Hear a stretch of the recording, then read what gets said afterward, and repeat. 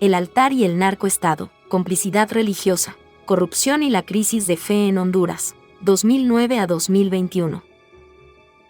Bajo un velo de autoridad moral, ¿qué papel han jugado las instituciones religiosas frente a la corrupción endémica en Honduras? Este ensayo explora las sombras de una alianza tácita y una complicidad silenciosa con el poder económico y político, revelando cómo estas relaciones han moldeado el panorama ético y social del país. Agosto, 2025. Las primeras dos partes de este ensayo detallan cómo las cúpulas de las iglesias católica y evangélica de Honduras jugaron un rol fundamental en la crisis política del país, comenzando con su legitimación del golpe de Estado de 2009 como una sucesión constitucional en lugar de una ruptura democrática. Esta acción inicial forjó una alianza que se consolidó y se convirtió en una relación simbiótica durante los gobiernos posteriores de Porfirio Lobo y, de manera crucial, de Juan Orlando Hernández.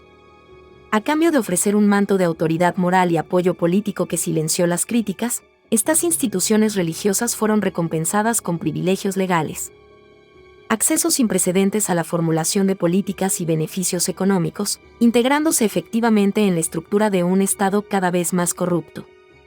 Este pacto transaccional comprometió su función ética, silenciando su voz profética frente a la represión y la corrupción endémica, y convirtiéndolos en cómplices, ya sea por acción o por omisión, en la consolidación del narcoestado y la consecuente crisis de fe que este ensayo busca explorar.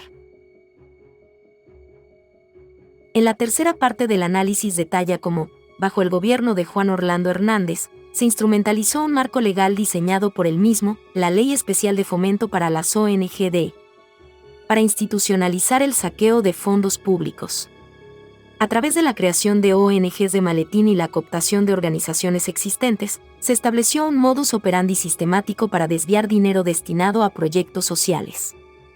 Los casos emblemáticos Pandora y Arca Abierta, expuestos por la Maxi y la UFESIC, ilustran perfectamente este mecanismo.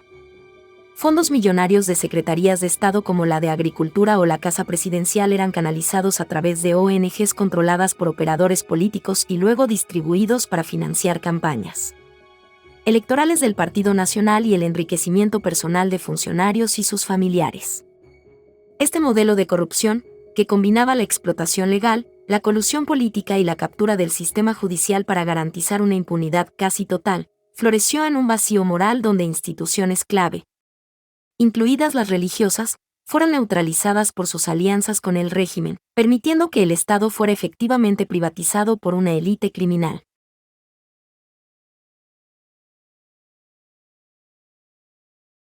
En la cuarta parte aborda la profunda paradoja de Honduras, una nación de ferviente religiosidad que sufre niveles extremos de corrupción y decadencia institucional.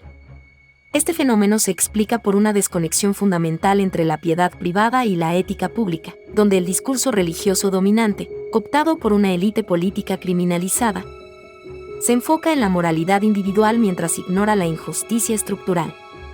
Teológicamente, esto se sustenta en el auge de la teología de la prosperidad, que justifica la riqueza y el poder de los corruptos como una bendición divina, marginando a la teología de la liberación y su llamado a la justicia social.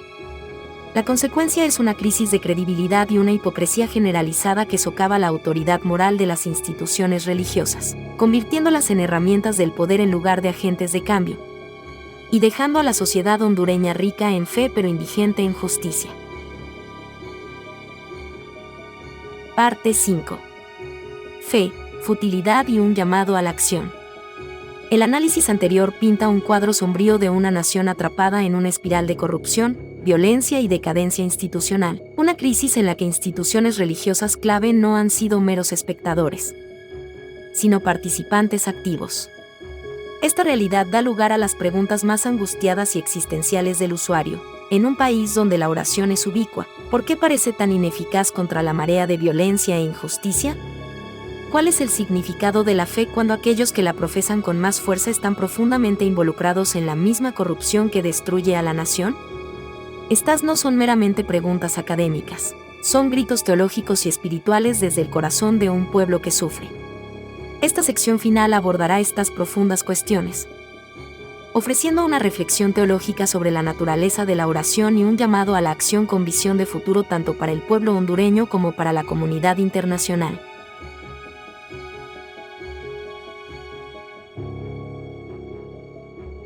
5.1. La eficacia de la oración en un estado de violencia. La pregunta, si la oración funcionara, ¿por qué Honduras no es el país más seguro del mundo?, refleja una frustración profunda con la aparente desconexión entre la fe y la realidad.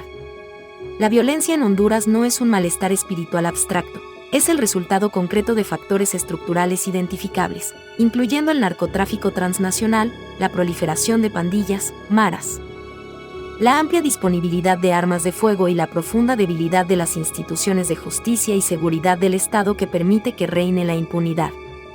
Desde una perspectiva teológica, la oración no es un mecanismo mágico para anular la agencia humana o arreglar instantáneamente estructuras sociales rotas. La teología cristiana, particularmente en sus formas más maduras, sostiene que la fe debe ir acompañada de la acción correspondiente u obras. El mandato bíblico de buscar la justicia y defender al oprimido no es secundario a la oración, sino su necesaria expresión pública.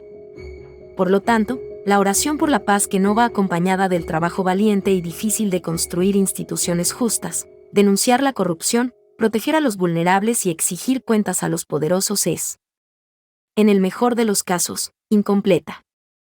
Cuando los líderes religiosos más poderosos de Honduras convocan a caminatas de oración por la paz y los valores familiares, mientras legitiman simultáneamente a un gobierno que fomenta la violencia y la impunidad a través de sus acciones y alianzas, sus oraciones corren el riesgo de convertirse en una actuación cínica. Se convierten en una forma de gracia barata, un anestésico espiritual diseñado para pacificar a la población sin exigir el costoso trabajo del cambio estructural. Los llamados de organizaciones como Puertas Abiertas a orar por seguridad y sabiduría para los cristianos que se oponen a la corrupción apuntan a una comprensión más auténtica. La oración como el fundamento espiritual para la lucha activa por la justicia, no como un sustituto de ella. La violencia en Honduras persiste no porque la oración haya fallado, sino porque las acciones humanas requeridas para construir una paz justa han sido sistemáticamente socavadas, a menudo con la bendición tácita o explícita de quienes dirigen las oraciones. 5.2. La disonancia de las oraciones corruptas. La observación del usuario sobre personas involucradas en actos de corrupción que son ellas mismas públicamente religiosas golpea el núcleo de la crisis moral de la nación. El espectáculo de políticos e incluso líderes religiosos implicados en vastos esquemas de corrupción haciendo exhibiciones públicas de piedad es una fuente profunda de disonancia social y espiritual. En Honduras, como señaló un observador, el nombre de Dios es la palabra más manoseada ahora, tanto por las víctimas como por los garroteadores. Para estos actores, la oración pública no es un acto de arrepentimiento genuino o una súplica de guía divina. Es un arma política.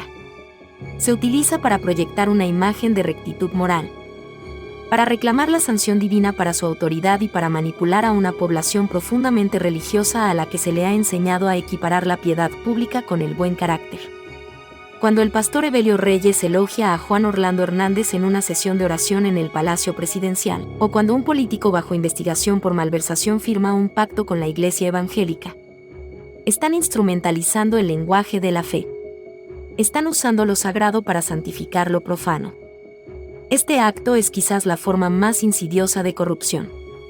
Va más allá del robo de fondos públicos, es el robo del significado mismo. Vacía el lenguaje de la fe, convirtiendo palabras como bendición, justicia y paz en sus opuestos. Esto crea una sociedad donde, como afirma sombríamente un informe de la sociedad civil, el corrupto es un asesino oculto porque con sus actos mata a miles de niños a través de deficiencias en alimentos, servicios de salud y vivienda. Cuando se ve a los perpetradores de este asesinato oculto dirigiendo oraciones, el tejido moral de la sociedad se desmorona.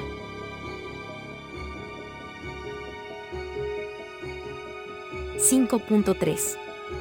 Conclusión, hacia una fe profética y justa. La situación en Honduras, aunque grave, no está exenta de esperanza. La existencia misma de este informe, construido sobre el valiente trabajo de periodistas hondureños, defensores de los derechos humanos e investigadores internacionales, demuestra que la verdad no puede ser suprimida permanentemente. El camino a seguir requiere una profunda renovación tanto de las instituciones políticas de la nación como de su conciencia religiosa. Para la sociedad civil y la comunidad internacional, la lucha contra la impunidad debe ser implacable. Esto requiere un apoyo internacional inquebrantable para el establecimiento de una Comisión Internacional Anticorrupción, sí, verdaderamente independiente y eficaz, como lo exige la sociedad civil hondureña. Es imperativo aprender de los éxitos y fracasos de la Maxi, asegurando que cualquier nuevo organismo tenga el poder de investigar y procesar de forma independiente, y esté protegido de la interferencia política que finalmente condenó a su predecesora. Además, los gobiernos internacionales deben utilizar herramientas como sanciones selectivas para responsabilizar a los individuos y redes políticas, económicas y religiosas que participan y se benefician de la corrupción. Apoyar el periodismo independiente y las organizaciones de base que exponen estas redes es igualmente crítico. Para las comunidades religiosas, la lucha más crucial debe tener lugar dentro de las propias iglesias. Este es un llamado a una reforma interna. Requiere que los fieles exijan una transparencia financiera y política absoluta de sus líderes. Significa rechazar la seductora y egoísta teología de la prosperidad y reclamar una fe profética que se solidarice con los pobres y denuncie valientemente la injusticia. Como se encarna en tradiciones como la teología de la liberación. Implica elevar las voces disidentes de sacerdotes, pastores y laicos que se han negado a doblegarse ante el poder y han pagado el precio de su integridad. El desafío final para el pueblo de fe en Honduras es restaurar el papel de la Iglesia como un contrapeso moral al poder, no como un cómplice de él. Es construir una Iglesia donde la oración no sea un escape de la realidad, sino el combustible para transformarla, donde la fe se mida no por la proximidad al palacio presidencial, sino por la solidaridad con las víctimas de sus políticas, y donde el nombre de Dios se invoque no para bendecir a los corruptos, sino para exigir justicia para todos. Solo entonces se podrá resolver la paradoja de la piedad, y solo entonces Honduras podrá comenzar a sanar.